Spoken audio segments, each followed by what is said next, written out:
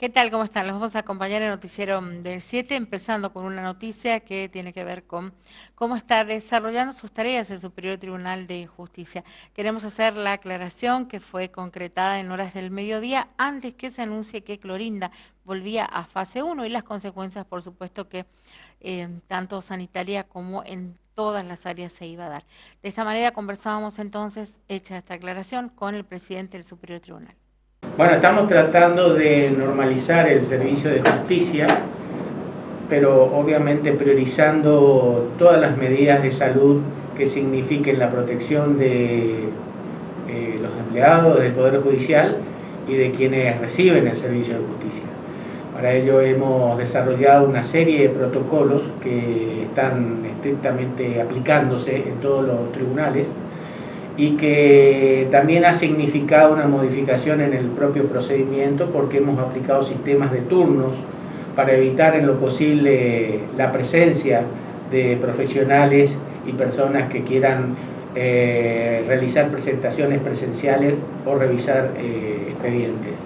Entonces, de esa manera hemos dado prioridad a todas aquellas prácticas electrónicas que originariamente no estaban incluidas en el procedimiento escrito vigente para nosotros hasta marzo y que fueron incorporándose a través de acordadas del Superior Tribunal para ir implementando sistemas que evitaran la cercanía física. Todos estos sistemas modifican de alguna manera el procedimiento para mejor y se adaptan a estos tiempos donde la pandemia rige un poco cuál va a ser el límite de nuestras posibilidades.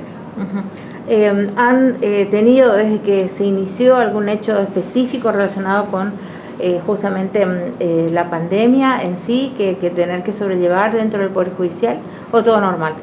No, tuvimos un pequeño episodio que fue con un abogado que dio positivo y nosotros generamos una serie de regulaciones internas que permitieron, en consonancia con lo que el Consejo mismo establece a través del protocolo sanitario y su modo de actuación, una serie de mecanismos preventivos que en definitiva no pasaron a mayores, pero permitieron dar tranquilidad al resto de las personas que trabajan con esos empleados que tuvieron algún tipo de contacto indirecto con esta persona positiva.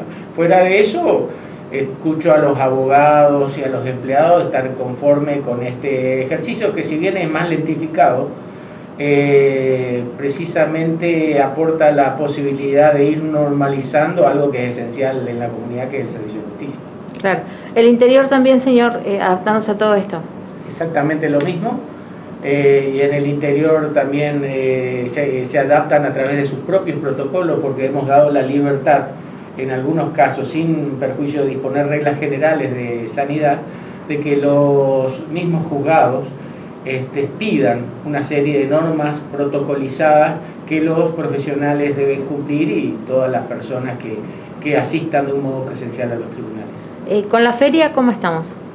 La feria la hemos suspendido, lo que no significa que los empleados hayan perdido el derecho a la feria. Lo que hemos hecho en definitiva es postergar su usufructo y postergarla para cuando la pandemia permita que las personas puedan vacacionar realmente. Bueno, también tenemos entendido que se está trabajando dentro de lo que es el marco de las políticas que se desarrollan aquí en el Superior Tribunal con la Oficina de la Mujer, que hace un seguimiento sobre los casos de violencia de género. Es una de las últimas resoluciones que hemos adoptado, porque nuestro compromiso con la cuestión de género es intenso desde la creación de la Oficina de la Mujer allá en el año 2014. Hemos establecido políticas que han ido avanzando precisamente a verificar esta cuestión. Fuimos los precursores de la capacitación de la ley Micaela hace 2 años, si ustedes recuerdan. Empezamos donde para otros lugares era obligatorio, en ese momento no lo era para Formosa, ya lo es desde este año, pero desde entonces ya nosotros promovíamos la capacitación de la ley Micaela, y además hemos creado en el camino un observatorio para el tratamiento de la violencia laboral. ¿Capacitaciones, señor? Las capacitaciones se están haciendo virtuales. Son todas capacitaciones que están en el curso y se coordinan con la Escuela Judicial, que en este caso es el centro de la conectividad, porque a través de ella también no solo las capacitaciones se coordinan, sino también todas las audiencias que toman los jueces para seguir adelante con su procedimiento en los juicios que demanden la presencia del imputado, la presencia de testigos, la presencia de las partes. Bueno, en épocas usuales que por ahí ya no van a volver porque se habla de una nueva normalidad, uno consultaba los desafíos para este segundo semestre del año, en este caso, ¿cuáles serían para este mes, por hacerlo más corto? No, el desafío es seguir con la normalidad, tratar de mejorar en todos los aspectos que para todos son novedosos, y bueno, que el servicio de justicia, por más que esté resentido, dé respuestas a la gente. Esa es nuestra máxima aspiración. Si el servicio de justicia, aunque lento, sigue dando respuestas a la gente, estaríamos conformes. En tiempos tan especiales como este, queremos recordar de qué manera desde la psicología brindan algunos instrumentos, elementos, algunas ayudas que se pueden tomar para tratar de mitigar un poquito todo lo que tenga que ver con la ansiedad. Bien, esta reacción desde que creo que fue en el primer comunicado hace más o menos un mes o hace 3 semanas más o menos, desde el gobierno de Nación se habló de esta vuelta a clase, y eso generó, porque la vuelta a clase tiene que ver con las provincias que por ahí tienen determinadas características, ¿no? Formosa es una de ellas. Empezó a generar esto, no solamente en charlas de pasillo que uno puede escuchar, sino también en el caso nuestro, en los pacientes que están en consultorios, de que se genera un poco de temor ante esta situación que termina siendo nueva. Es nueva. Recién escuchaba lo que decía el presidente de Nación, y la verdad que hablaba de las nuevas normalidades o estar habituados a un mundo diferente, ¿sí? Esto de volver a lo de antes, volver a lo habitual, volver a lo normal, no sería la palabra adecuada, sino volver a las nuevas normalidades, y eso también genera ciertas ansiedades o temores. Fíjate, no sé si alguna vez escuchaste, Lili, lo que tiene que ver con el síndrome de la cabaña, si lo has llegado a escuchar en este contexto. Sí, tal cual, sí. Pero no sé si la gente que nos está viendo sabe, sí. El síndrome de la cabaña surge en Canadá, ¿sí? Donde las personas tenían que estar, pasaban por nevadas extremas que los llevaba a estar muchísimo tiempo invernando en su casa, y que bueno, llegando la primavera recién podrían habilitarse a salir, pero era por un factor externo que, como todos sabemos allá, sería la nieve, ¿no? De allí se empieza a tomar este síndrome de la cabaña, que las personas tienden a estar un poco más ansiosas, más irritables, intranquilas, hay dificultades en el sueño, se empieza a comer más para por ahí afrontar este tipo de situaciones. Bueno, en este caso particular tiene sus características específicas, porque estamos ante un virus que no conocemos, que no lo podemos ver, a diferencia de la nieve que se iba en ese tiempo, y a su vez con recaudos diferentes. Entonces, lo primero que siempre remarco, Lili, es la importancia de entender que ante cambios nuestro organismo reacciona. Y esto sería un cambio. Recuerdo que hace 4 meses atrás, 5 casi, cuando nos pidieron que nos quedemos en casa, eso suscitó un montón de sintomatologías, un montón de dudas, incertidumbre, angustia, y ahora que estamos habituados a pasar la mayoría del tiempo en nuestras casas, salimos para cuestiones específicas, hemos cambiado nuestras modalidades de trabajo, yo corto con vos y empiezo a atender de manera remota, implica que poder exponernos salir nuevamente a continuar con nuestra vida cotidiana, es algo que va a generar sintomatología, que es esperable, ¿no? Esto que los papás están planteando tiene que ver con el temor de que sus hijos al ir a la escuela se contagien. Y que haya como un rebrote o cuestiones por de esa índole. Yo ayer pasaba por la plaza, más o menos a eso de las 4:15, 4:30 por la Plaza San Martín, impresionante la cantidad de gente que estaba en la plaza. Y capaz no estaban todos tan distanciados como por ahí sería lo recomendable. Ahora, llega un momento donde nosotros tenemos que exponernos, tenemos que empezar a salir. Seguramente el gobierno, tanto nacional como provincial, tomarán las medidas necesarias. Vos me preguntaste por ahí más que nada en el contexto de áulico. Sabemos que este ingreso a clases no va a ser con todos los niños a clase, se van a continuar dando clases de manera remota, se van a reducir la cantidad de niños que ingresen al aula con las medidas de bioseguridad necesarias, seguramente con el barbijo, con la pantalla protectora, que de algún modo nosotros tendríamos que ya estar sumamente habituados al uso de barbijo, al uso de la pantalla o de los lentes, ¿sí? Para evitar el contagio, porque sabemos que ingresa por mucosas este virus. Entonces, en algún momento, Lili, aunque nos genere temor, aunque nos genere angustia, aunque nos genere incertidumbre, o más que estemos este año y terminemos este año académico en nuestras casas, el año que viene tenemos que regresar. Y se va a generar esta misma sintomatología. No tiene que ver con un cuándo, sino con el proceso que estamos viviendo. Por ahí tiene un costo también estar tantas horas y tanto tiempo aislados o distanciados socialmente, porque sabemos que no es sinónimo de distanciamiento o aislamiento emocional, pero sí el distanciamiento social es necesario. Pero sí tiene que ver con entender que hay síntomas esperables, no debemos sobreestimar el temor, es decir, no tenemos que agrandar algo que ya de por sí es peligroso, ni tampoco subestimar los recursos que nosotros tenemos para defendernos. Recién escuchaba los recursos del gobierno del presidente Alberto Fernández, él hablaba de, bueno, vamos a seguir peleando por la vacuna, vamos a seguir trabajando por mejorar las medidas sanitarias, las atenciones médicas, teniendo en cuenta las normas de bioseguridad. Fantástico. Ahora, nosotros, ¿cómo afrontamos este miedo? Bueno, ya tenemos incorporado el uso del barbijo, ya tenemos incorporado el lavado de manos, tenemos incorporado el alcohol en gel, estamos bajando la guardia, ¿se entiende? Entonces, nosotros tenemos que también trabajar en nuestros recursos y no subestimarlos, para poder hacerle frente, entendiendo que este cambio, todo lo que es cambio, genera intranquilidad, genera angustia, genera incertidumbre, porque está bien, vamos a empezar a salir, pero puede ser que haya un rebrote. Fíjate lo que han pasado en varias provincias, ¿no? De que la gente empieza a salir y nuevamente regresamos hacia atrás, pero seguramente esto será progresivo.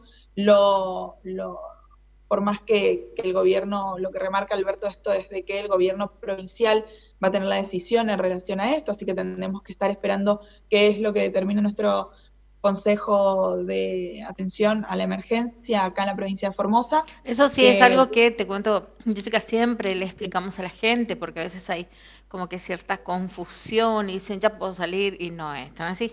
Entonces es importante recordar que hay que tener un poco de paciencia y esperar los anuncios, se espera el decreto, después se estudia, se ve de qué manera se sigue abriendo todo. Esto también genera mucha ansiedad, sí, en la gente, ¿no? Totalmente. Ayer justamente estábamos debatiendo una normativa, si se podía o no se podía, y yo le digo, ¿y de dónde escuchaste? Y en un noticiero que es nacional. Claro. Y yo, bueno, vamos a la base. Formosa siempre tuvo sus particularidades, sus diferencias, y gracias a eso creo que estamos como estamos. Nos han cuidado muy bien en ese sentido, entonces me parece que deberíamos estar más expectantes y no sobreinformarnos, porque hubieron muchas especulaciones en relación a la vuelta a clase, inclusive antes de esta fecha. Seguramente, una vez que el gobierno considere prudente volver a las aulas, porque también el hecho de estudiar en las casas se está generando otro otro panorama, ¿no es cierto? Seguramente podríamos más adelante buscar una especialista en la temática, colegas que trabajen en el ámbito de educación, pero claramente este dispositivo académico tiene sus pros y sus contras, ¿sí? Hoy no se está cuidando, pero en algún momento vamos a tener que regresar, seguramente será cuando el gobierno nacional y provincial consideren que es oportuno el ingreso, será gradual, todo va a ser gradual. Un factor importante es volver a conectarse. Fíjate, cuando la gente pudo empezar a reunirse los domingos y los feriados, eso generó un alivio enorme, la gente se puso muy contenta, disminuyeron las llamadas, al menos a nuestro dispositivo de guardia, de allí en adelante. Es como que permitió, de algún modo, con todas las medidas, vuelvo a repetir, de bioseguridad necesarias, que las personas interactúen, que puedan hablar, que puedan verse con otras personas, que puedan reír. Entonces, somos seres sociales y en algún momento vamos a tener que volver a una nueva normalidad, Lili. Claramente será una nueva normalidad, pero en algún momento vamos a tener que volver y vamos a experimentar esto, o el 3 de agosto, o el 18, o el año que viene. Pero son 4 meses que estamos con esta modalidad de aislamiento, de distanciamiento. Entonces, claramente, el miedo ante algo que no veo es real, tiene que estar, pero no lo debemos sobreestimar, no debemos catastrofizar esto de que vamos a volver a la escuela y nos vamos a infectar todos, que los chicos, que... Bueno, ahí ya estamos... si así fuera, estimo no vamos a volver a clases, ¿no es cierto? Claro. Si fuera algo como tan lógico, ¿no? De que arrancamos con la clase y nos enfermamos todos. Pero es entendible por el proceso por el que pasa cada familia hoy por hoy con esto.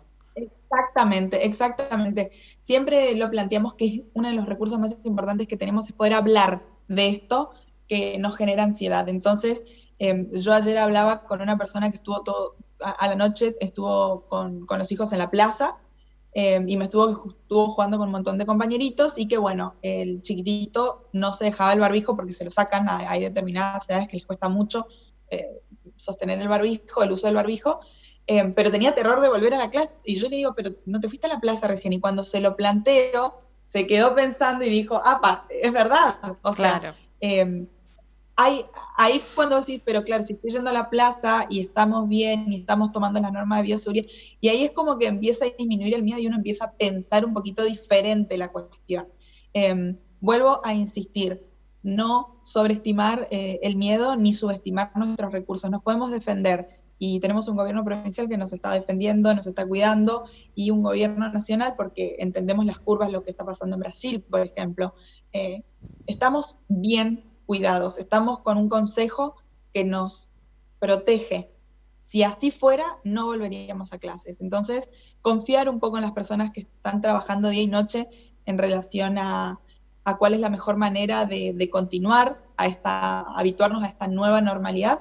Y como vos dijiste recién, me parece importante poder hablarlo, poder conversarlo con las personas, evitar la sobreinformación, como dijiste, evitar ver medios de afuera cuando tenemos quienes nos informen aquí, para evitar las confusiones, tratar de no estar monotemáticos, lo planteo siempre, esto de estar todo el tiempo hablando de la misma temática del COVID y de la vuelta después del COVID. No, la vida tiene un montón de aristas, se han logrado cosas lindas también en este tiempo, hay personas que se han podido reinventar, hay personas que no están bien y necesitan volver. Entonces, seguramente no va a ser esto de volvemos todos y nos contagiamos, porque si así lo fuera no sería posible de volver. Pero es algo gradual y en algún momento lo tenemos que hacer. Y como planteamos siempre, en caso de sentir que esta situación nos desborda, porque por un lado tenemos que entender lo que es esperable, ¿sí? Si esta situación nos desborda, recurrir a un profesional de la salud mental que nos pueda acompañar y brindar herramientas para afrontar esta situación que nos atraviesa a todos por igual. Conversamos también con Gloria Zoilán, referente de la Secretaría de la Mujer del Gobierno de la Provincia de Formosa, que nos explicó cómo venían trabajando hasta la fecha. Y bueno, viste que nosotros somos un servicio esencial, por lo tanto atendemos presencial, pero también telefónicamente. Sí. Así que estamos trabajando. A full, no para. A full. No, desde el inicio de la cuarentena estábamos trabajando estrechamente con la policía, viste, en las cuestiones de, obviamente, ante el requerimiento de violencia de género, de violencia familiar. Y era importante destacar en este momento, justamente decíamos la cantidad de casos, esto que hablábamos, ¿verdad? Que el aislamiento social obligatorio hizo que la problemática de la violencia familiar como que se volviera como más cruda en cantidad y en calidad, porque al estar por circunstancias, no poder los chicos visitar a los padres, o que los hombres violentos volvieran a las casas y no se podía circular. Bueno, entonces todo eso hizo que la mujer al principio le costaba salir del hogar para hacer la denuncia, se fueron articulando el servicio como que fue retroalimentando 6 formas de resolver. Por ejemplo, ya llamaba a la policía iba a tomar la denuncia en los domicilios y después viste que se modificó que la mujer pudiera salir, que si tenía un requerimiento de violencia familiar podía dirigirse a la comisaría a denunciar. Sí. El primer lugar, ¿no? Fíjate que tenemos diferentes lugares para denunciar, la comisaría, el juzgado de paz en las localidades que existe, en las cabeceras judiciales las oficinas de violencia familiar, fiscalía y bueno, y cuando delito penal los juzgados de instrucción que se encuentran en la provincia. Todo Perdón, y esto, ahora, sí. perdón, algo muy importante, no quiero olvidarme, que el Poder Judicial con esto del aislamiento incorporó, ¿verdad?, la denuncia telefónica y online. Más que importante. Importante eso, ¿no? porque la mujer puede buscar en la página y rellenar un formulario, o bien llamar a los teléfonos de la Oficina de Violencia Intrafamiliar y hacer la denuncia directamente. Eso es importante. Bueno, y doctora, en todo este proceso, ¿qué es para ustedes importante que tengan en cuenta desde lo que sería el área legal? Nosotros estamos trabajando muy fuertemente ahora porque ¿qué pasó con esto de la pandemia? Cuando comenzó, ¿verdad?, la cuarentena, que estaba a cargo de la doctora Tabada de las ferias terrenarias, prorrogó la resolución, por ejemplo, que las medidas de prohibición que estaban siendo cumplidas se prorrogaran por 60 días, porque no había un sistema judicial. Entonces, con eso se protegió a la víctima. También que estaban suspendidos los regímenes de cuidado personal. ¿Por qué? Porque no se podía circular y no funcionaba el Poder Judicial, o sea, estaba en cuarentena. Bueno, entonces, ¿esto qué hizo? Que toda esta problemática en el sentido de que las medidas, por ejemplo, algunas se cumplieron y siguieran de pleno derecho cumpliéndose. ¿Qué pasa a veces cuando hacemos la denuncia? Siempre decíamos con las psicólogas que tanto los poderes necesitan, tanto el Ejecutivo, el Judicial, el Ejecutivo, porque las medidas salen por el Poder Judicial, pero el Ejecutivo trabaja a través de la policía, a través de las oficinas de servicios esenciales, como somos nosotros, por ejemplo, la Secretaría de la Mujer, que la mujer cuando hace una denuncia, ¿qué es lo que quiere lograr? Que cese la violencia, que pare, ¿verdad?, ese daño que está sufriendo. Pero a veces no siempre también va de una conciencia real de que se va a terminar. A veces no quiere terminar la relación, sino a veces quiere que esa relación continúe, pero de buen modo, que cesen los hechos de violencia. Y al solicitar la medida de prohibición hay que comprender, por eso que las víctimas de violencia de género son víctimas muy especiales, que por eso requieren el acompañamiento psicológico, la asistencia psicológica y de todos los poderes del Estado. Entonces ahí hay que ir acompañándola sin juzgarle y hacerle comprender.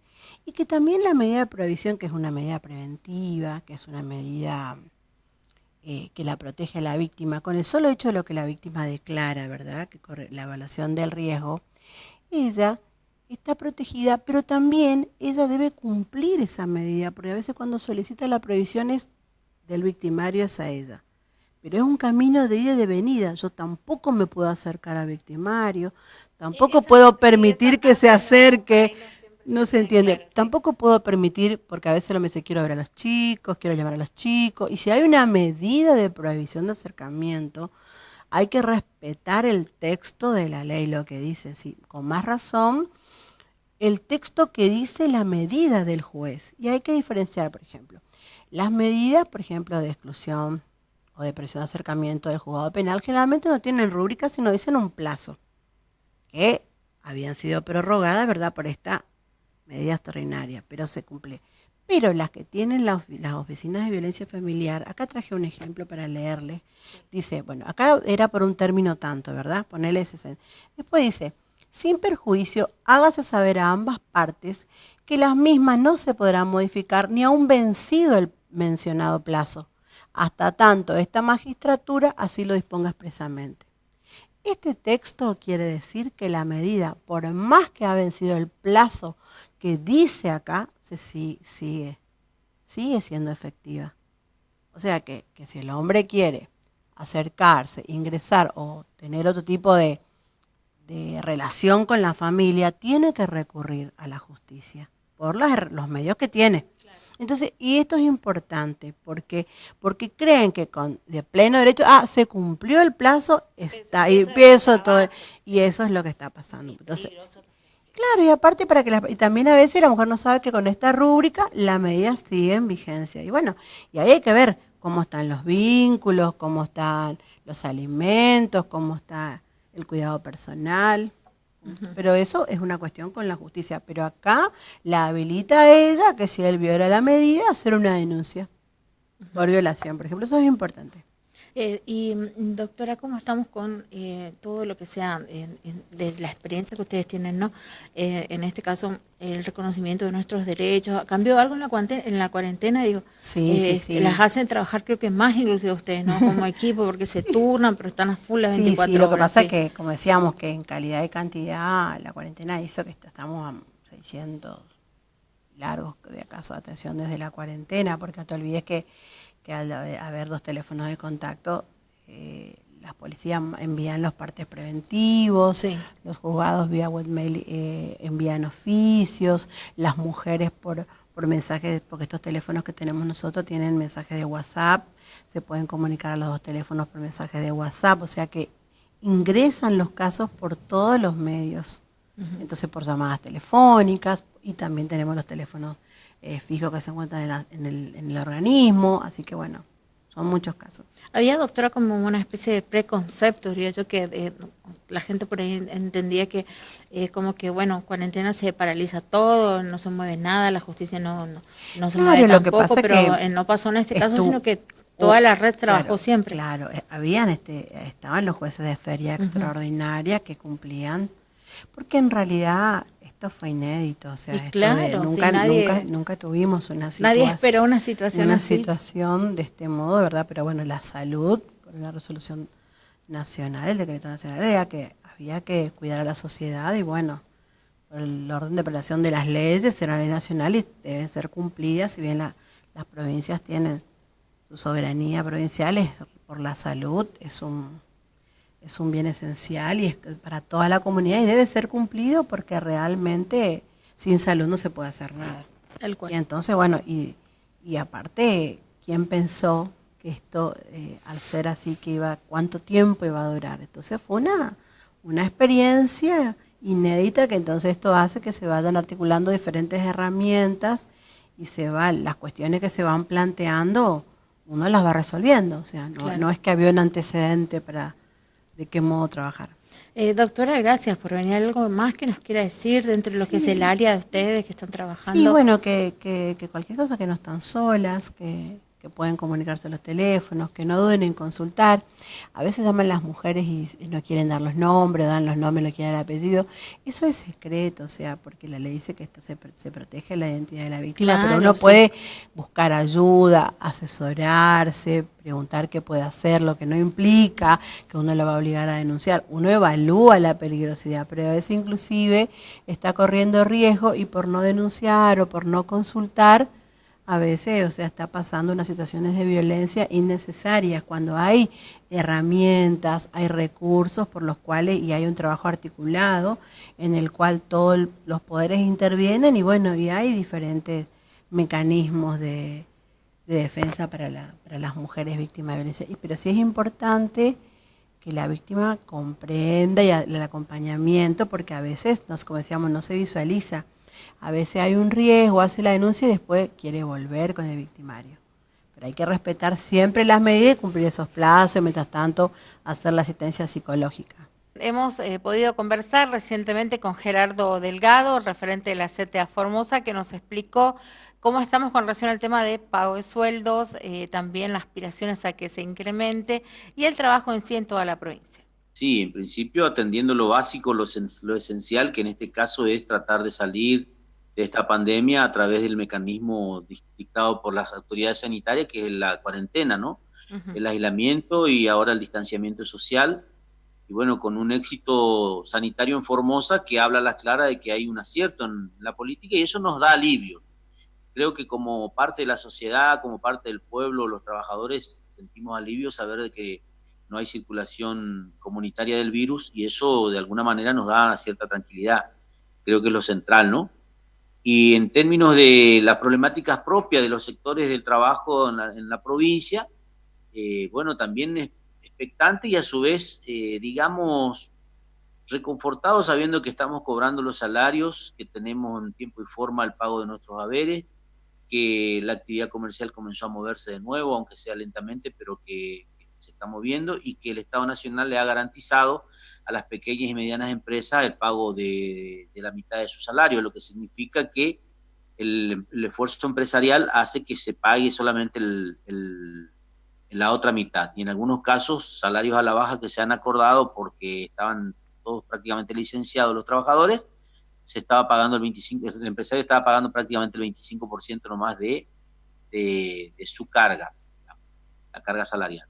Claro. Así que por ese lado tenemos esa tranquilidad, pero siempre hay demandas, inquietudes, y bueno, la presencia del IFE en Formosa, los 100 y pico de miles de formoseños que cobraron, demuestra que algo está pasando, algo está haciendo ruido en el mundo del trabajo, la gente que está con ganas de trabajar y que no tiene acceso a ningún ingreso. Así que bueno, todo ese conjunto de abanico y de cosas, nosotros como CTA digamos que la asimilamos, la recepcionamos, ¿no? Sí. Y cuando uno dice las recepcionamos, ¿con qué panorama se encuentran? ¿Qué les dice el trabajador hoy por hoy? ¿Cuál es la prioridad? ¿De qué está preocupado? En principio, los estatales con la certeza de que se le paga los sueldos. Bueno, hay una tranquilidad mínima ahí. Hay algunos problemas con algunos municipios que no estaban pagando o estaban pagando algunos salarios a la baja, quitaron la última cuota del 5% que había dado el Estado provincial en el mes de marzo y que se tenía que completar en junio con el sueldo de junio, que ese 5% ya no se terminó pagando en algunos municipios, y tienen que ver con las restricciones presupuestarias que también tienen, que el país tiene, que la provincia tiene y que obviamente impacta a los municipios. Eso afecta a los trabajadores que están en el servicio esencial para enfrentar la pandemia.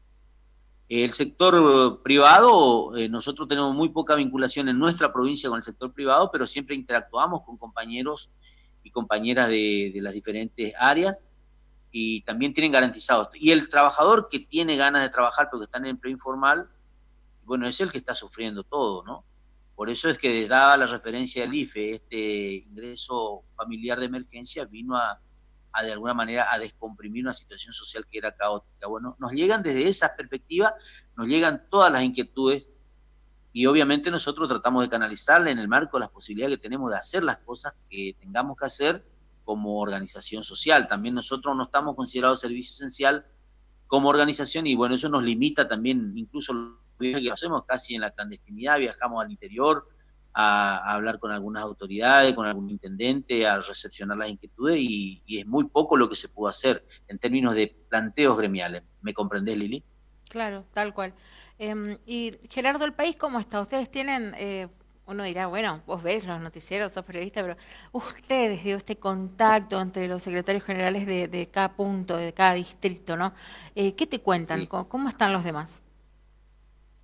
Y también más o menos el mismo panorama, compungidos todos por el problema sanitario en principio, pero después hay que salir de la pandemia y el cómo salir es el problema, el gran interrogante. Nosotros creemos de la CTA y le estamos demandando, por lo menos reclamando al gobierno nacional que abra una mesa más amplia de diálogo para poder hacerle saber nuestras inquietudes y nuestras propuestas. De hecho, yo hoy te mandaba un material de lo que nosotros lanzamos a nivel de CTA, con 5 puntos que nos parece clave para poder reactivar la economía, para poder tener trabajo, activar la pequeña y mediana empresa, y de alguna manera también le hacíamos propuesta de cómo financiar los gastos del Estado. Acá el Estado demostró que es el único que sigue vigente y que el mercado no resuelve los problemas de nuestro pueblo.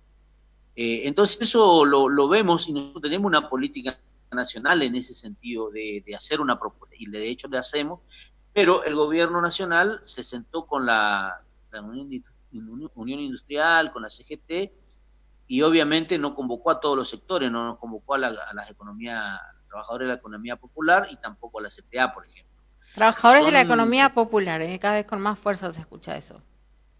claro, porque es el 50% de la población económicamente activa que está en edad de merecer un trabajo, que trabaja, que busca la forma de sobrevivir y subsistir, y que de hecho lo hace, pero con la pandemia se vio totalmente imposibilitada de trabajar.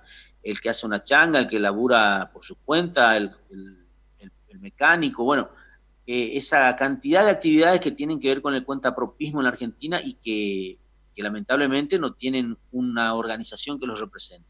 Nosotros vinimos a cumplir ese rol, pero hoy la CETEP estrictamente cumple esa función. Y bueno, con ellos también articulamos cosas, las organizaciones sociales, pero nos está faltando esa mesa para poder ampliar y hacerles echar las propuestas. Y esperamos que el gobierno nacional nos escuche, así como los está escuchando los otros sectores, para poder ayudarlos con las propuestas que tenemos, ¿no? Claro, no, bueno, Que no es tienen que ver, para nada que fácil tienen el que ver con proceso, un sí. salario universal, tienen que ver con el impuesto a la renta financiera, que tiene que ver con el impuesto a las grandes fortunas, que son formas de financiamiento. Mucha gente se ruboriza y hay gente que incluso trabajadora, laburante, sectores medios, que dicen, pero ¿cómo de nuevo le vamos a sacar a los que invierten? Miren, esos son los eternos ganadores del sistema, y en un sistema capitalista donde la acumulación es el principio motor de ese sistema, no les va a venir mal que aporten el 2, el 5% de su fortuna. Estamos hablando de las fortunas, estamos hablando de un impuesto a los capitales o de un impuesto a la riqueza. Y es una forma de pensar un país con otra matriz redistributiva, que es lo que venimos planteando nosotros y que es lo que queremos que el gobierno nacional comience a impulsar con fuerza. Gerardo, por ahí no todos le dan la misma lectura, uno escucha y mencionan que prácticamente pasa a ser un avance sobre la propiedad privada, donde se habla, bueno, y se relacionan los temas con expropiación, con que podríamos llegar a terminar siendo como Venezuela. Digo, cuando uno escucha estas cuestiones, ¿no? Estas respuestas desde tu punto de vista, ¿no? ¿Cómo reaccionás? Primero que en los países dominados reina la cultura del país dominante, y lamentablemente la profundización de los medios de comunicación, la penetración en los cerebros de mucha gente hace que se desvirtúen este tipo de cosas. Si vos tenés que el Estado va a intervenir en un área específica, que es el área de la producción y comercialización de alimentos, en un... Hola, ¿sí? Se cortó la comunicación, parece, ¿eh? Bueno, nos daba su punto de vista Gerardo Delgado sobre cuestiones que tienen que ver justamente con cómo estamos hoy, hoy por hoy como sector. Sí, parece que retomamos, a ver. Gerardo, sí te ¿Se escuchamos. cortó? Sí, pero ahora sí, Sí. volvimos, sí. Bueno, bueno, estas son los demoles que tiene la tecnología. Que estamos aprendiendo. Pero bueno, sí.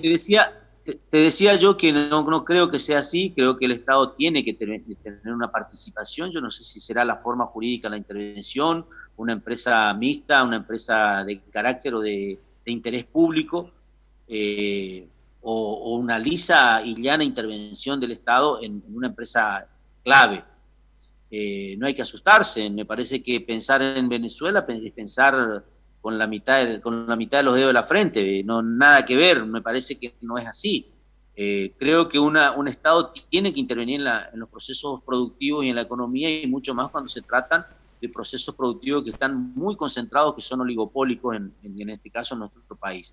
Así que la verdad que se asocian varios temas y también se confunde, y mucha gente habla sin el suficiente conocimiento y la profundidad de estos temas. Me parece que hay que ser respetuoso y estudioso de esto para poder ver. Yo, por lo pronto, estoy a favor de la intervención y de la participación del Estado en el mercado, en todos los mercados. Poner una empresa o poner un agente estatal en la participación de una economía altamente oligopólica no me asusta, al contrario, me beneficia, porque beneficiaría al conjunto de la sociedad argentina. Bueno, Gerardo, muchas gracias por el contacto. ¿Cómo sigue todo ahora? Ahí te comento, ATE en las últimas horas ha hablado ya de la necesidad de un aumento, eso que había quedado trabado, o al menos que se había mencionado que en este mes se podría reactivar. No sé ustedes cuáles son las informaciones que tienen, si es probable que esto sea una realidad, porque el ministro de Economía dijo hace poco que es poco probable que no se dé. estoy al tanto de los planteos que hacen los compañeros de ATE porque son el gremio base de la CTA, Sí. así que estamos siempre interactuando. Nosotros lo que veníamos diciendo a nivel provincial era que como mínimo hablar de una recomposición era casi una exageración en este marco de pandemia. Lo que no significa que uno no plantee la necesidad de mejorar o de recomponer el salario y fundamentalmente de ampliar ese mismo salario al conjunto de la masa salarial que están en los municipios, porque esa es el gran dilema.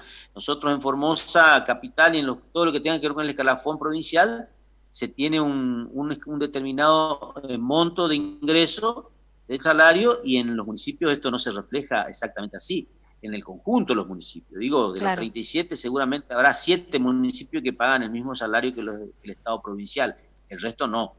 Entonces lo que nosotros hicimos es elevar la voz para son que... más de 30, sí, 30 y pico. 37 municipios, entre por eso. intendencias y comisiones. Sí. Entonces ATE está elevando, estaba preocupado, pero también ATE Nacional y la CTA también acompañando un planteo de necesidad de abrir las paritarias, porque el Estado Nacional dio un 10% con un bono a nivel nacional y nada más. Sí. Claro que es odioso pensar en este momento, parecía casi egoísta, pero bueno, son las demandas que tenemos de nuestros compañeros y el salario en estos últimos 4 años cayó muchísimo en relación con la inflación y bueno, y por eso es que se plantean las cosas que hay que plantearlas en materia de salarios. Muchísimas gracias, Gerardo. Gracias a vos, Lili, te mando un abrazo como siempre y bueno, gustoso de poder charlar. Cuando tengas alguna inquietud, estamos para poder evacuar lo que podamos y lo que corresponda a nosotros. Hacemos una pausa, enseguida volvemos.